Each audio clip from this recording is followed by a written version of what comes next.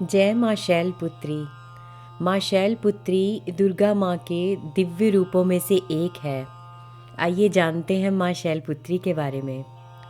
वंदे वांछित लाभाय चंद्रार्ध कृत शेखराम वृषारूढ़ाम शूलधराम शैलपुत्री यशस्विनीम।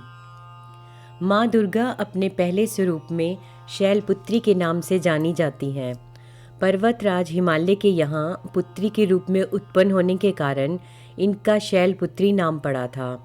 वृषभ स्थिता इन माता जी के दाहिने हाथ में त्रिशूल और बाएं हाथ में कमल पुष्प सुशोभित हैं। यही नव दुर्गाओं में प्रथम दुर्गा हैं। अपने पूर्व जन्म में ये प्रजापति दक्ष की कन्या के रूप में उत्पन्न हुई थी, तब इनका नाम सती था। इनका विवाह भगवान शंकर जी से हुआ था। एक बार प्रजापति दक्ष ने एक बहुत बड़ा यज्ञ किया। इसमें उन्होंने सारे देवताओं को अपना अपना यज्ञ भाग प्राप्त करने के लिए निमंत्रित किया, किंतु शंकर जी को उन्होंने इस यज्ञ में निमंत्रित नहीं किया।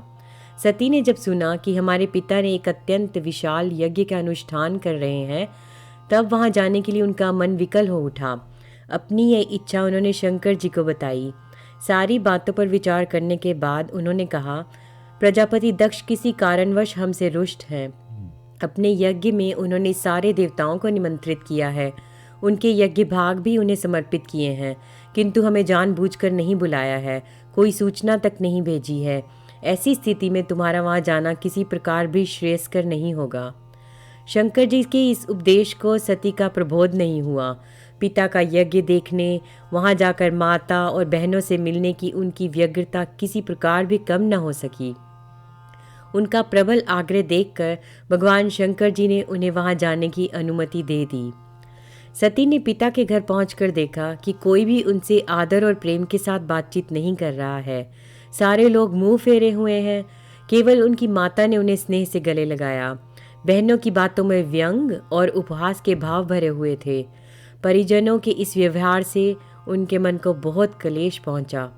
उन्होंने यह देखा कि वहाँ चतुर्दिक भगवान शंकर जी के प्रति तिरस्कार का भाव भरा हुआ है। दक्ष ने उनके प्रति कुछ अपमानजनक वचन भी कहे।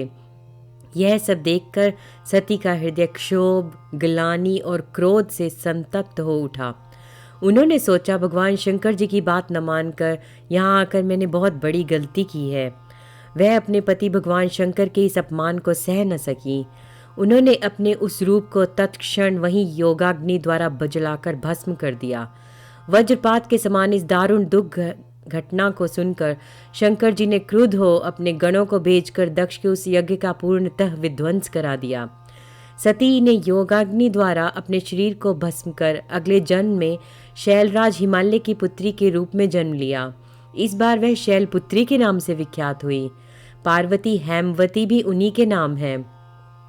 उपनिषद की एक कथा के अनुसार इन्होंने हेमवती स्वरूप से देवताओं का गर्व भंजन भी किया था। शैलपुत्री देवी का विवाह भी शंकर जी से ही हुआ। पूर्व जन्म की भांति इस जन्म में भी वह शिव जी की अर्धांगिनी बनी। नवदुर्गाओं में प्रथम शैलपुत्री दुर्गा का महत्व और शक्तियाँ अनंत हैं। नवरात्रि पूजन में प्रथम दिवस में इन्हीं की पूजा और उपासना की जाती है। इस प्रथम दिन की उपासना में योगी अपने मन को मूलाधार चक्र में स्थित करते हैं। यहीं से उनकी योग साधना का प्रारंभ होता है। आइए सब मिलके कहते हैं, जय माँ शैलपुत्री।